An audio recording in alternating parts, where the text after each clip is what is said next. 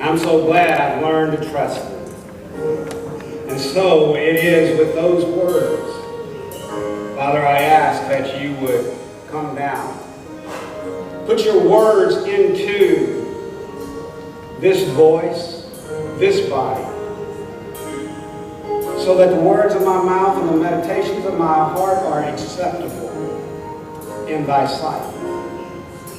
I pray, God, that this message will fall on someone's ears who needs to hear. I ask that it fall on loving souls that seek to be closer to you. So God, right now,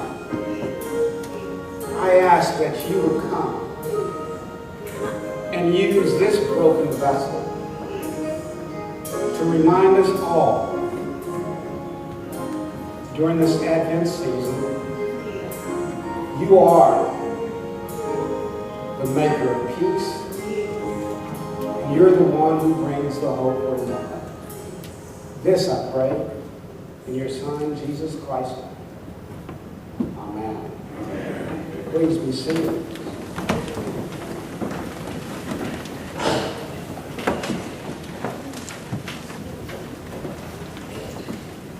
We can thank the Apostle Paul for reminding us of how we truly should be as Christians. When he speaks about thanking his God, thanking our God, upon every remembrance of you, of us. But really, for us to remember others, I would say that it is time for us to stop hitting the snooze button. We've learned that the fall of humankind took place in the garden when Adam tasted the forbidden fruit. And I would say that the modern alarm clock does more harm to us than it does good. Because when that alarm goes off, most of us do what? There you go.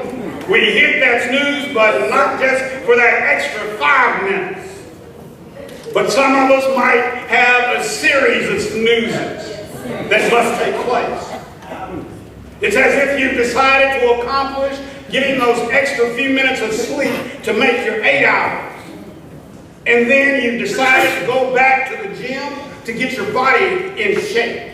So maybe you've convinced yourself that the snooze time is gym time. After all, who says you're not exercising?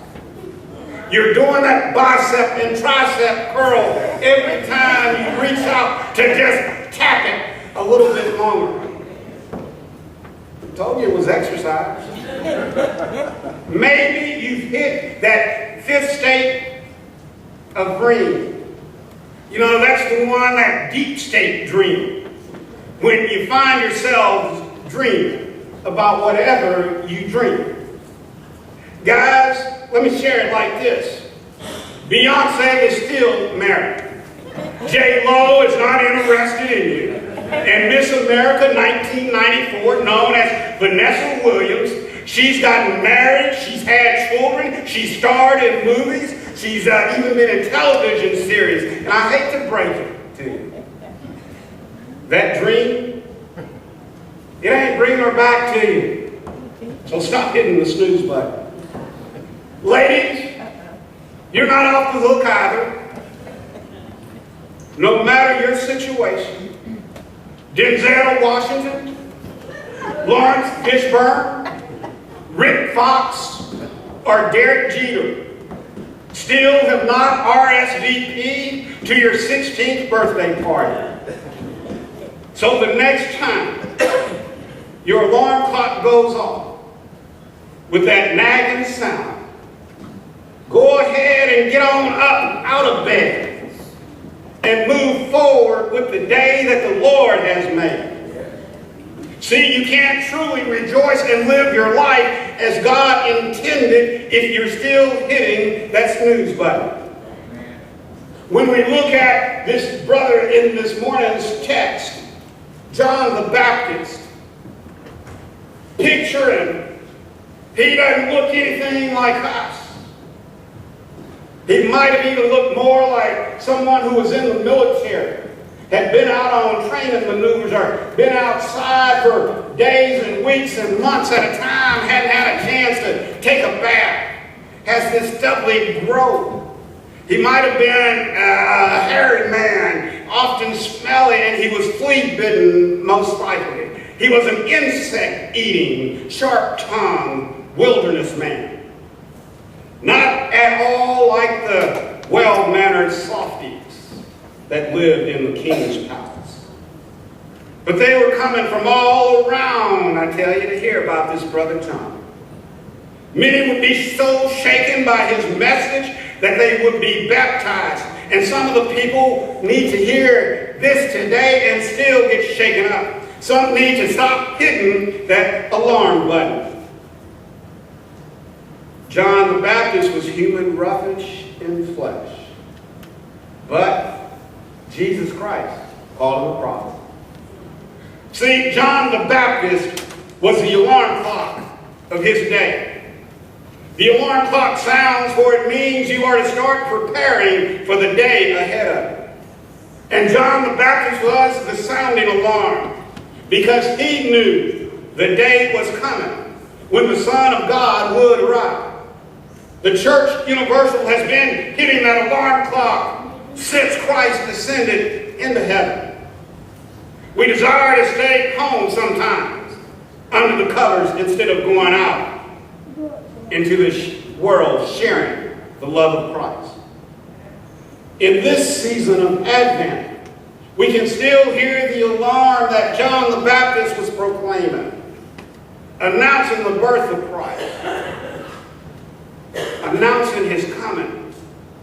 Now when we look at this physician, Dr. Luke, let us remember that Luke has a purpose. He wasn't a Jew, he was a Gentile. But his purpose is stated right at the very beginning in chapter 1. He says that many people have set out to write accounts about the events that have been fulfilled among us.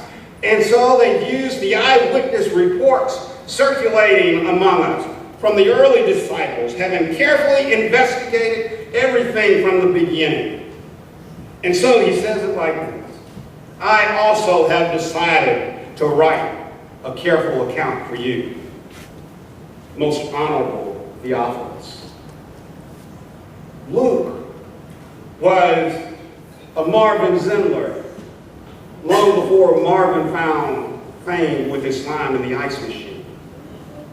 Now in this third chapter, his purpose of verse 1 and 2 were to establish the historical authenticity. See, because he was combating people at that time who might have said, just like in today's society, Jesus wasn't real.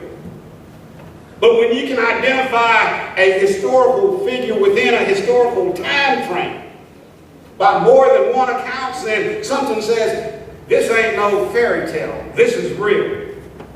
And so his purpose was to establish that historical authenticity of his word about the life of Jesus Christ. Now, on one hand, his allusion to Tiberius, Philip, Lysanias, Annas, and Caiaphas, it has historical merit, because you can go into other records of that time in history, and it shows and establishes these were real individuals. It even will bring out two folks, Pilate and Herod Antipas. These two, remember, they have purpose beyond just saying Jesus was real. Pilate was the one we said sent him to the cross. And then Herod Antipas, he was the so-called king of the Jews at that time. But it's this Herod guy who, in this story, we find is the one who